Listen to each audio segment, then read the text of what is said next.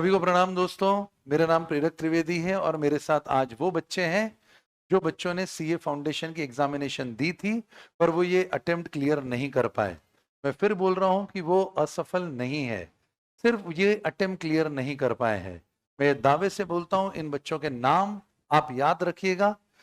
CA foundation दिसंबर 23 की examination के बाद में मैं इन्हीं बच्चों का इंटरव्यू वापस से लूंगा और ये बच्चे आपको सफल होकर दिखाएंगे। तो आप अपना नाम बताएं बेटा, और इस बार जो नहीं हुआ उसमें क्या गलतियां करी वो बताना है, क्योंकि ये one of its kind interview है। ये पहली बार हम ऐसा कोई इंटरव्यू कर रहे हैं जहां पर जो बच्चे पास नहीं हुए हैं वो स्वयं कैमरे के सामने हिम्मत करके आ रहे हैं और बता रहे हैं कि उन्होंने क्या गलतियां की, ताकि दूसरे बच्चे उनकी गलतियों से सीख लें। बोले बेटा। सर मेरा नाम प्रशांत सिंह तोमर है। सर मेरा क्या 12th के साथ मैंने सीए फाउंडेशन की आपके यहीं से बैचेस ली। बट मैं तब लापरवाही कर गया था। मैंने सोचा कि मेरा दिसंबर वाला अटेम्प्ट है नहीं, मेरा जून वाला अटेम्प्ट है। तो मैं उस टाइम पे नॉर्मली पढ़ाई की थी, मैंने इतना कुछ खास किया नहीं था।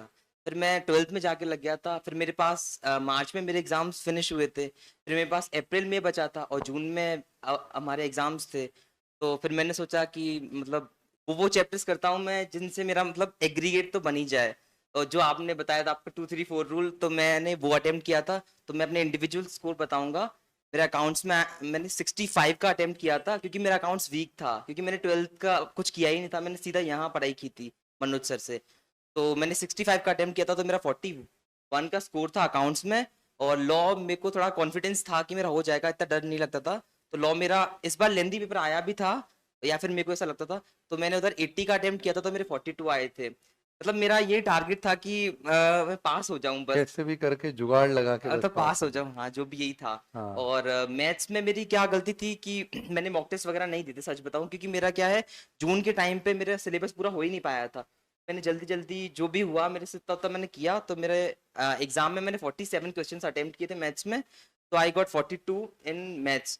और इको में मैंने पापा से बोला भी था, पापा मेरे को 80 मार्क्स चाहिए। फिर उस टाइम पे मैंने 82 कैसे भी करके अटेम्प्ट किए इको में, और उसमें मेरे 69 आए। तो टोटल सर मेरा 195 एग्रीगेट हुआ।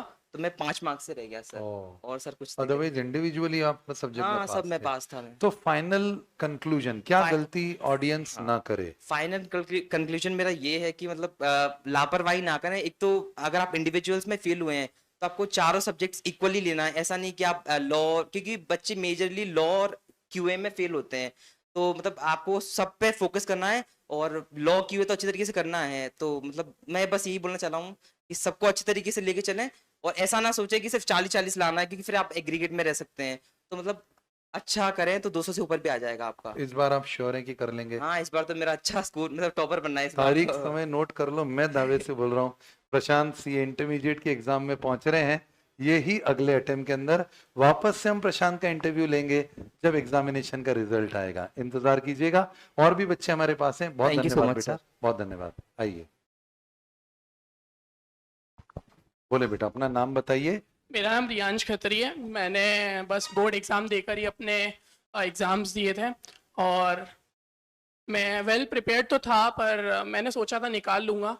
पर कुछ ऐसे प्रॉब्लम्स फेस हुए। मैं अपने पहले रिजल्ट बता देता हूँ।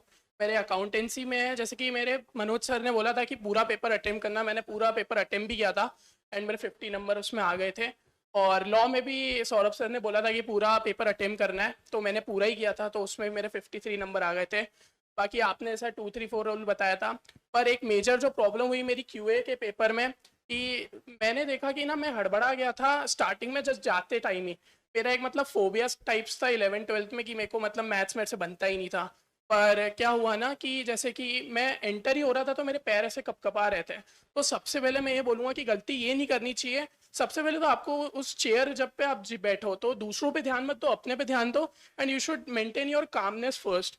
और सेकंड ये है कि जब भी पेपर आपके पास आए तो जो टफ क्वेश्चन है उसको छोड़ दो, क्योंकि वो आपका माइंडसेट एकदम बदल ही देता है। तो मैं ये बोलूँगा कि सर आप जैसे बोलते हैं कि टफ क्वेश्चन पे ध्यान ही नहीं दे, जो जो बनता है 30 मिनट्स में वही कि मतलब सॉल्व कर देना चाहिए। मेरे से बस यही गलती हो गई थी कि मेरे से प्रेशर हैंडल नहीं हुआ था उस टाइम पे। एंड इको में भी मेरे 70 नंबर आ गए थे, मेरा एग्रीगेट भी 200 से क्रॉस हो गया था। बस मैं 8 नंबर से जो मेरे 32 क्यूए में आया उसकी वजह से मेरा नहीं हुआ। कि बस वही कोई प्रॉब्लम बात नहीं बेटा, अगला अटेम्प्ट पूरा आप ही का है और आई एम श्योर कि आप बहुत अच्छा स्कोर करते हुए आगे Yes. जाओगे। दोस्तों बहुत हिम्मत चाहिए कैमरे के सामने आकर ये बोलने के लिए, because success has many fathers, failure is an orphan. सफलता के कई पिता होते हैं पर असफलता अनाथ होती है। आप समझ नहीं सकते हो दोस्तों, जो ये बच्चे वीडियो देख रहे हैं, कि इन बच्चों ने कितना हिम्मत करके कैमरे के सामने आकर वो गलतियां जो उन्होंने करी वो बता रहे हैं, जिसमें इनका कोई स्वार्थ नहीं है। ये सिर्फ उस दृष्टि से कर रहे हैं कि जो गलती इनसे हुई है वो आपसे ना हो। मतलब ये शब्दों से परे है जो ये काम कर रहे हैं, और मुझे पूरा भरोसा है अब ये चूंकि आ चुके हैं आपके सामने तो ये सफल होके ही दिखाएंगे। बहुत अच्छे बेटा, थैंक यू सो मच। आते जाएं बच्चों, दोनों गर्ल्स एक साथ भी आ सकते हैं। आ जाओ बच्चा, आइए बताइए अपना स्कोर बोलिए बेटा, आइए। मेरा नाम चंचल पेटकर है। मेरा स्कोर 200 के पार हो गया था, 201, बट वाह। मेरा लॉ का जो है, लॉ में मेरा 32 मार्क्स ही था, क्योंकि लॉ में मैं एग्जाम देने के पहले ही बहुत नेगेटिव हो गई थी। मतलब क्यों नेगेटिव हो गई थी बेटी? क्योंकि मेरी तबीयत भी थोड़ी खराब थी, और सेकेंडली मतलब मेरा सिर्फ है ना LLP नहीं हुआ था, उसके कारण मुझे ऐसा लग रहा था कि यार वो अगर आ गया तो मेरा बाकी नंबर का मतलब तो ऐसा शायद मन में फेल था हो कि जाऊं, मेरा LLP छोड़ के गई हूँ तो फेल हो सकती फेल हूँ। हो और सकती हूँ। सेकेंडली पता है, जब मॉक टेस्ट होते तो मैंने फर्स्ट और सेकंड मॉक टेस्ट दिया, और जिसमें मैं फेल हो रही थी कंटिन्यूअसली लॉ में, तो मैंने बाकी मॉक टेस्ट देना बंद कर दिया, ये सोच के कि मैं फेल तो हो ही रही हूँ तो मैं आगे रिवीजन करती हूँ और मेरी प्रैक्टिस वो करती हूँ। बट वो मेरे को मॉक टेस्ट देने चाहिए था, अगर मैं देती तो शायद मैं पास भी हो जाती और मैं उस टाइम पे प्रेशर हैंडल कर पाती, बट मैं वो कोई बात नहीं बेटा, मॉक टेस्ट देना है। जो गलती कॉमन होती है वो ये होती है कि हम मॉक टेस्ट नहीं देते हैं, यही टाइम हम पढ़ाई में लगा लेते हैं, पर वो practice is really very important. तो 100% चंचल पास हो रही है बेटा, बिल्कुल चिंता वाली बात नहीं, मैं 100% श्योर हूँ, क्योंकि आपको अपनी गलती समझ में आ गई, वो हम रेक्टिफाई कर लेंगे। बोल बेटा। सर मेरा नाम शिवानी राठौर है। हाँ मेरा थर्ड अटेम्प्ट है। कोई बात नहीं। मैंने फर्स्ट अटेम्प्ट में अकाउंट में ओनली 100 में से मैंने 9 नंबर आए थे मेरे, ओनली ऑन 9 नंबर, ओ क्योंकि मैंने 2 बार सेल्फ स्टडी करी है। सेकेंड बार में मैंने अच्छा स्कोर किया था, बट मैं 3 नंबर से लो में रह गई थी। तो मैं सभी से यही बोलूँगी कि जहाँ तक हो तो आप मॉक टेस्ट सारे दो, जितना भी हो, जितने भी टेस्ट आप परचेस कर सको सारे टेस्ट परचेस करके, और आप अच्छे से रिवीजन करके दो, और लॉ में आप प्रैक्टिस करिए और फिर उसको करिए। डायरेक्ट जाके एग्जाम में मत लिखिए, क्योंकि उससे बहुत सारी प्रॉब्लम फेस करनी पड़ती है। और अकाउंट में भी अपन मॉड्यूल में देखकर डायरेक्ट बस देखकर और देख लेते हैं हाँ हाँ मैं आ गया, बट ऐसा मत कीजिए। उसको आप देखिए, उसके बाद में आप नोट कीजिए कि हमें आ रहा है या नहीं। और कोई टेस्ट परचेस करने की इसलिए जरूरत नहीं पड़ेगी बेटा, क्यों पैसा खर्च करना है? 70 class test, 16 quarter test, 28 mock test, 125 से ज्यादा टेस्ट रहेंगे। ICAI अपनी वेबसाइट पर अपलोड करते रहता है बेटा टेस्ट। वो टेस्ट जो मॉक टेस्ट होंगे वो भी लेंगे, रिविजनरी टेस्ट पेपर्स होते हैं, ICAI का मटेरियल कर लेंगे तो सारा काम हो जाएगा। मुझे पूरी उम्मीद है बच्चा आप 100% पास हो रहे हो। थैंक यू सो मच बेटा, गॉड ब्लेस यू। आइए आए बेटा, दोनों तीनों बच्चों एक साथ आ जाए। आइए सर मेरा नाम मोहन कुशवाहा है आ जाओ बेटा। और मेरा टोटल एग्रीगेट 216 नंबर का रहा है, लेकिन कितना बेटा? 216। 216 नंबर का एग्रीगेट रहा है। और जो मेरा जो मैथ्स था उसमें मैं प्रेशर हैंडल नहीं कर क्या पाया। हुआ? मतलब 1 घंटे में मैंने 19, मेरे को ऐसा लगा कि जैसे मैंने इजी क्वेश्चन ही अभी शुरुआत में अटेंड किया, तो ओके। उसमें जाके ही तो जो लास्ट का 1 घंटे बचे उसमें सब ओ अटेंड करने हैं। साइकोलॉजिकली ऐसा हाँ, हुआ कि psychology- शुरुआत में लगा कि मेरे से 19 ही क्वेश्चन हुए तो आगे जाके मेरे से कम हो जाएंगे, क्योंकि बेटा पूरा माइंड गेम होता है। Examination is not about knowledge, mind game है, प्रेशर हैंडल करना है। तो वो हुआ, और उसके अलावा आजा फिर बेटा उसके थोड़ा बाद जो मैंने कुछ क्वेश्चन ऐसे थे रेड जोन के थे और मैंने वो उठा लिए और मैं उसी में पता रहा, तो मेरे क्वेश्चन मतलब पूरा पेपर का ओवरव्यू ही नहीं देख पाया। हाँ, रेड जोन की क्वेश्चन मतलब डिफिकल्ट क्वेश्चन को शुरू में हाथ नहीं लगाना है, वो छोड़ते छोड़ते आगे बढ़ना है।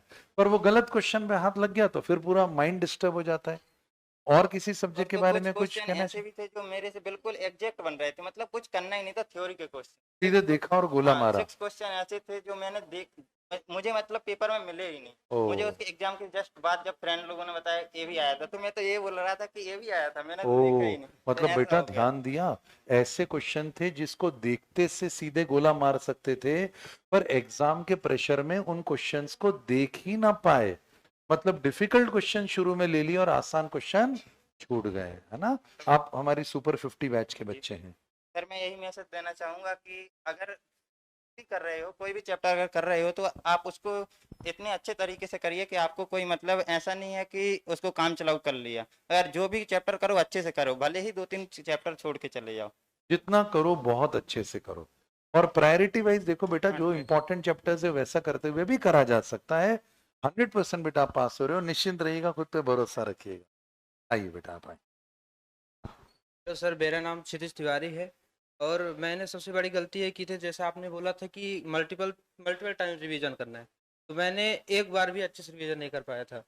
इसके कारण और सबसे ज्यादा प्रेशर, एग्जाम में जब मैं गया था तो मेरे भी पैर थरथरा रहे थे ये बहुत कॉमन और मिस्टेक है बच्चों। हाँ? माइंड पूरा ब्लैंक हो गया था सर, कुछ देखा पेपर तो समझ में नहीं आ रहा था क्या करूं। ऐसा क्यों हुआ था बच्चों? ये बहुत कॉमन समस्या है, ध्यान से सुनना इस बात को।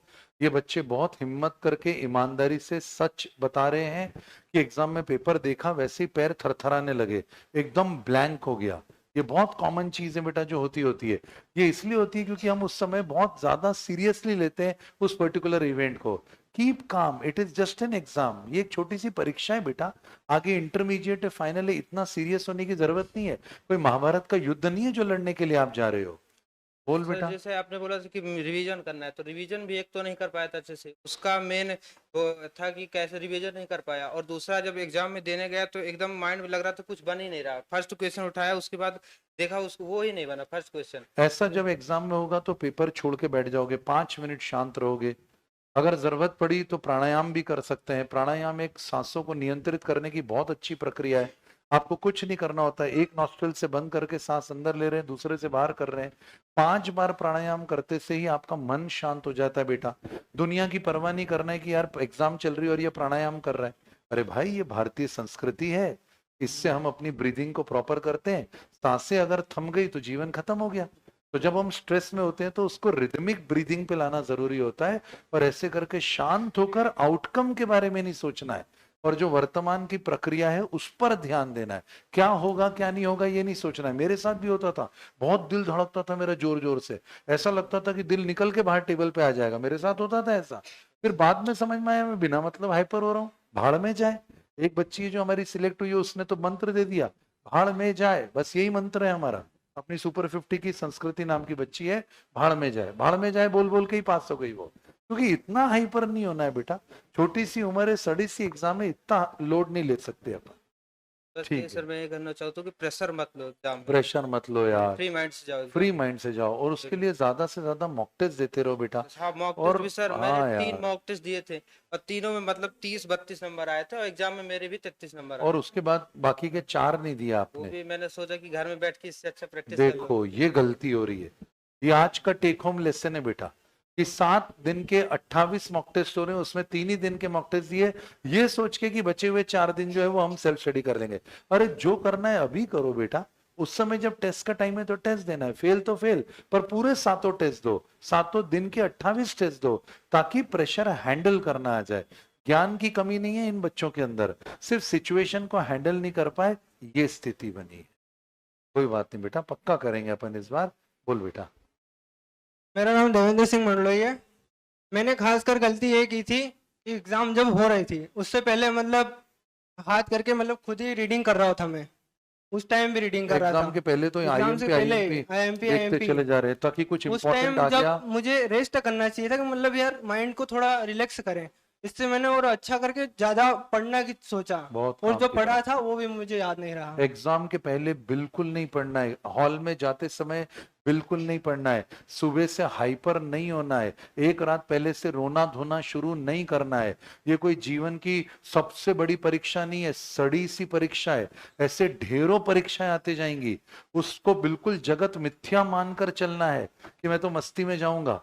विवेकानंद जी जाते थे एग्जाम देने के लिए, बहुत पुरानी बात है, तो अपने दोस्तों के साथ हास्य विनोद करते हुए, मस्ती मजाक करते हुए जाते थे। और ऐसी कोई परीक्षा नहीं जिनमें उन्होंने एक्सेल नहीं करा हो। इसलिए नहीं स्ट्रेस लेना है बेटा, यार क्या करना है, हो गया, पास तो पास, फेल तो फेल। चार्टर्ड अकाउंटेंट नहीं बने तो तुमको क्या लगता है तुम सफल नहीं हो पाओगे? ऐसे कितने ही मैं बता देता हूँ जो बच्चे चार्टर्ड अकाउंटेंट नहीं बने और आज मल्टी मिलियनर बिजनेसमैन बन चुके। और क्या चार्टर्ड अकाउंटेंट बन गए तो सफल हो जाएंगे? बिल्कुल नहीं। ऐसे भी बहुत सारे सी हैं जो बनने के बाद भी लाइफ में प्रेशर को हैंडल नहीं कर पा रहे और कोलैप्स होते जा रहे। कुछ नहीं बेटा, थोड़ा प्रारब्ध भी है, उस पर भी भरोसा कर, तू अपनी तरफ से कोशिश कर, और फिर आखिरी में जाके सरेंडर हो जा। मन का हो तो अच्छा, ना हो तो और भी अच्छा, फिर होगा वो उसकी मर्जी का होगा और वो गलत नहीं हो सकता है। स्ट्रेस नहीं लेना है। Take home lesson number 1, mock test देना है, रिविजन मल्टीपल टाइम करना है, बस ये 3 बातें भी कर ली काम हो जाएगा। और कुछ विशेष बेटा? मैं सर ये खास करके ये बोलना चाहता हूँ, बहुत सारे हिंदी मीडियम वाले लड़के जो है जो गांव में रह रहे हैं, उन्हें ये पता नहीं है कि ये हिंदी मीडियम में भी होता है कि नहीं होता है। हमने खास करके यहाँ पर आए, हमने फाउंडेशन ज्वाइन किया और हमने इंग्लिश मीडियम में उसको 3 मंथ तक किया। और हिंदी इंग्लिश हमको जब पता चला कि ये हिंदी मीडियम में हो सकता है, तो हमने सौरभ सर सभी सरों से जो यहाँ पर पेश में उपलब्ध है उनसे सभी से जानकारी ली। उसके बाद सरों ने यही राय दी कि तुम कर तो लोगे, अकाउंट कर लोगे, इको कर लोगे, उसके बाद लो नहीं हो पाएगा, क्योंकि बाकी सब इंग्लिश तो कर में लो, लिखना उससे लिखना पड़ेगा, पड़ता है। लिखना पड़ता और है। शुरुआत से जब से हम लिख रहे हैं सिर्फ हिंदी में ही लिखते हैं, तो एकदम से लिख नहीं पाएंगे। बहुत सही बोला। इसलिए सर, लो अपने में भी- अपने मीडियम में हाँ ही सर, रहिए। अपने मीडियम अगर में आप रहिए। हिंदी में हैं तो आप हिंदी में कंफर्टेबल रहिए, अगर आप इंग्लिश में हैं तो आप इंग्लिश में कंफर्टेबल रहिए, है ना? ठीक है दोस्तों, मेरा वादा है आप सब लोगों से जिनका इंटरव्यू आज आपने देखा, जो बहुत साहस का काम था, जहां से भी आप इस वीडियो को देख रहे हैं, इन बच्चों के लिए दुआएं देना, क्योंकि ये आपके सामने आए हैं आपको बचाने के लिए कि जो गलतियां इन्होंने करी वो गलती आप ना करें। मैं फिर इन बच्चों के साथ में आऊंगा और ये सब बच्चों की सफलता की कहानियां आपको सुनाऊंगा जरूर दिसंबर 2023 की परीक्षा के परिणामों के बाद। आपने इतने प्रेम से सुना, हम सब अनुग्रहित हैं। बहुत बहुत धन्यवाद, शुभकामनाएं, God bless you all, love you all and bye bye.